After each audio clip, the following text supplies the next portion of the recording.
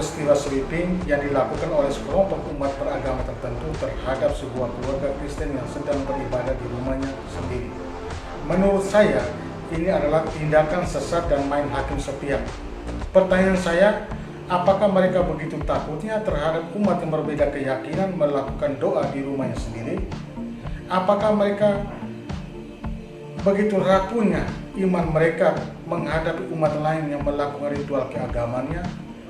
Dan masih banyak deretan pertanyaan yang dapat diajukan untuk menggugat peristiwa ini. Dari peristiwa ini, saya kontan ingat dengan situasi umat Kristen perdana pasca Yesus wafat dan bangkit. Kelompok umat perdana diliputi rasa cemas dan gelisah. Mereka benar-benar merasa sangat kehilangan Yesus yang adalah pegangan hidup mereka pada waktu itu.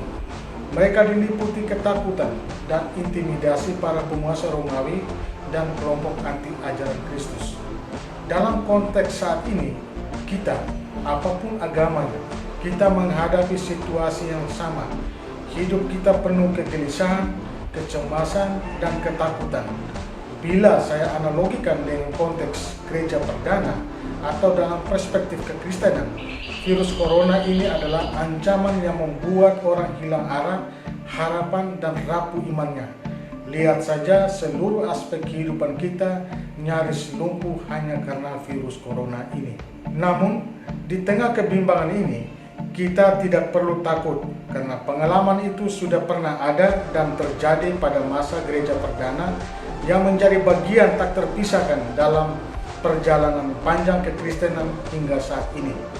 Karena keyakinan dan sejarah gereja Kristen itulah, maka kewajiban kita untuk meneruskan nilai-nilai hidup jemaat perdana di tengah situasi pandemi ini. Pertama, mengumpulkan dan membagikan harta miliknya. Mengumpulkan dan membagikan harta miliknya adalah salah satu cara hidup atau gaya hidup jemaat perdana. Mereka mengumpulkan dan membagikan harta mereka kepada orang lain yang sangat membutuhkannya. Harta yang mereka miliki masing-masing adalah milik bersama. Situasi saat ini, kita sedang mempraktekannya. Orang secara pribadi atau berkelompok berbagi uang, makanan, dan materi lainnya kepada orang yang terdampak virus corona ini. Mungkin mereka memberi bukan dari kelebihan, mereka mungkin memberi dari kekurangan, tetapi apa yang mereka berikan semata-mata ada dasar kemanusiaan. Karena itu, kita tidak perlu takut dan dengan tudingan kekristenisasi atau apapun istilahnya, hanya karena pemberian materi kita. Dan ingat, pada tujuan kita adalah kemanusiaan. Kedua, berkumpul dan berdoa bersama. Berkumpul dan berdoa bersama adalah cara hidup jemaat perdana lainnya. Pola hidup ini dilandasi oleh sabda Yesus. Ia pernah mengatakan bahwa di mana ada 2 atau 3 orang yang berkumpul dan dalam namanya, maka ia sendiri akan berada di tengah-tengah mereka. Adanya corona telah mengubah kehidupan doa umat. Tempat-tempat ibadah menjadi sepi karena umat diharuskan berdoa atau beribadah di rumah. Tempat ibadah mengalami pergeseran makna, bukan lagi gedung, melainkan kumpulan orang beriman. Itulah hakikat gereja sesungguhnya. Kita dapat melakukan doa dari mana saja dan menggunakan media apa saja. Ketiga, setia kepada ajaran para rasul. Selain tekun berdoa, umat perdana sangat setia pada ajaran para rasul. Para rasul adalah penerus pengajaran Kristus di dunia setelah Kristus kembali ke surga. Dalam pengajarannya, tentu saja para rasul menginginkan kita untuk mengerti apa yang Tuhan inginkan untuk hidup kita. Dalam konteks sekarang ini, orang meningkatkan kehidupan kerohaniannya dengan mengikuti teladan tokoh rohani seperti para nabi, para rasul, dan Tuhan sendiri.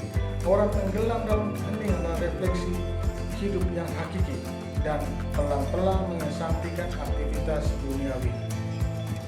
Keempat, jemaat perdana tidak memiliki sifat egois. Mereka sukarela membagi apa yang mereka miliki. Mereka bisa tetap hidup berdamping dengan cara hidup mereka yang seperti itu, karena mereka mementingkan kebersamaan, dan berusaha menyingkirkan sifat keegoisan. Menghadapi corona, kita harus meninggalkan sifat egois kita dengan mengikuti arah atau himbauan pemerintah seperti menjaga jarak, bekerja dari rumah, mengenakan masker dan sebagainya. Kelima, rukun antara satu dan lainnya. Kerukunan yang nampak dan ada pada jemaat perdana ini muncul karena mereka bisa mengerti satu sama lain, tidak egois, toleran, dan tidak rakus atas sesuatu hal yang mereka miliki. Saya rasa hal ini sangat penting untuk kita mengerti karena dalam kondisi dunia saat ini, di tengah pandemi corona, sangatlah mudah kita terjadi perpecahan yang mungkin berasal atau berangkat dari masalah-masalah kecil yang sepele yang sebenarnya dapat diselesaikan dengan cara yang baik. Keenam, hidup dalam kasih karunia Tuhan. Cara hidup jemaat perdana yang penting untuk kita ketahui adalah mereka yang hidup dalam kasih karunia Tuhan. Mereka tidak ragu dan khawatir akan apa yang harus mereka makan pada keesokan harinya, meski hari ini mereka telah membagi-bagikan harta mereka kepada orang lain yang membutuhkan. Mereka yakin dan percaya bahwa apa yang mereka lakukan akan menyenangkan Tuhan dan hidup mereka seutuhnya adalah kepunyaan Tuhan. Jadi, mereka tidak ragu atas kuasa dan rancangan Tuhan dalam hidup mereka.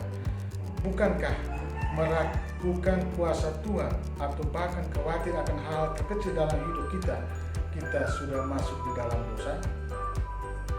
Apapun situasi yang sedang kita hadapi ini, yang pasti kita masih dalam kasih karunia Tuhan. Tuhan tidak pernah menguji manusia melampaui kemampuan manusia itu sendiri. Karena itu kita berserah diri dengan cara atau keyakinan kita masing-masing. 5 cara hidup jemaat perdana dinilai ampuh menghadapi situasi sulit pada zaman itu dan hingga sekarang ini. Jika bukan karena jemaat perdana, kekristenan tidak dapat berkembang pesat hingga sekarang ini. Itu karena praktek hidup yang mereka lakoni dan selalu melibatkan penyelenggaraan Tuhan di dalam seluruh hidup dan kehidupan mereka. Dan itulah yang sedang terjadi saat ini di tengah pandemi virus corona. Lalu apa yang dapat dipetik dari peristiwa ini? Jangan takut, kata Yesus ketika ia menghadik badai di hadapan para muridnya. Badai itu bisa berupa teror, intimidasi, ancaman wabah, dan sebagainya. Dan kepada warga negara Indonesia, apapun agamanya, hendaklah kita meneladani kehidupan jemaat perdana tanpa harus menjadi orang Kristen, karena nilai-nilai yang diwariskan jemaat perdana adalah sifatnya universal. Bukankah demikian yang sedang terjadi saat ini? Kita semakin tekun berdoa, bersatu, beramal, hidup rukun dan damai. Percaya atau yakinlah, setiap untayan doa yang dilakukan oleh umat beragama apapun di tengah situasi pandemi corona memiliki wujud yang sama seperti umat yang lain lakukan, tetapi mereka menyampaikan dengan cara yang berbeda agar badai corona ini cepat berlalu. Maka tak usah risau, takut, dan cemas, apalagi kehilangan imannya hanya karena umat beragama lain melakukan ibadah di rumahnya sendiri.